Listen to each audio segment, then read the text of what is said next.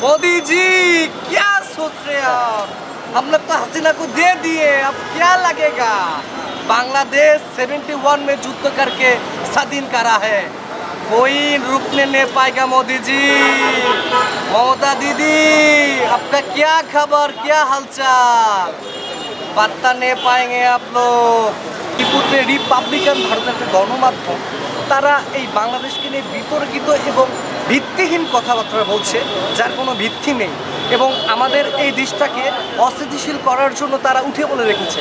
আপনারা দেখেছেন ইতিপূর্বে পেঁয়াজ আলু আমরা রপ্তানি বন্ধ করে দিয়েছি, অর্থাৎ আমদানি বন্ধ করে দিয়েছি, তারা কিন্তু দুর্ভিক্ষে না খেয়ে মরছে এবং বিভিন্ন ধরনের আমাদের নামে অপ্রীতিকর ঘটনাটা দেখবেন যে ইতিপূর্বে হিন্দুদের নির্যাতন নিয়েও তারা কিন্তু উঠে পড়ে লেগেছে, কিন্তু তারা আমাদের কাছে কোনো পাত্তা পায়নি।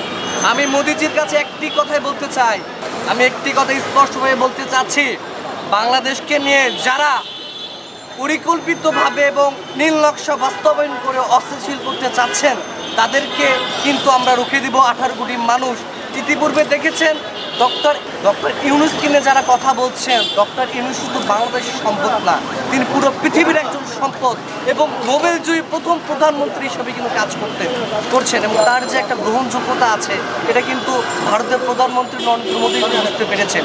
এবং দেখতে পারবেন তারা যে সংখ্যালঘুদেরকে নিয়ে যে নির্যাতনের নামে একটা কথা বলছে, তারা দেখবেন যে গরুর মাংস খাবার জন্য ভারতে মানুষকে মেরে ফেলে দেওয়া হয়।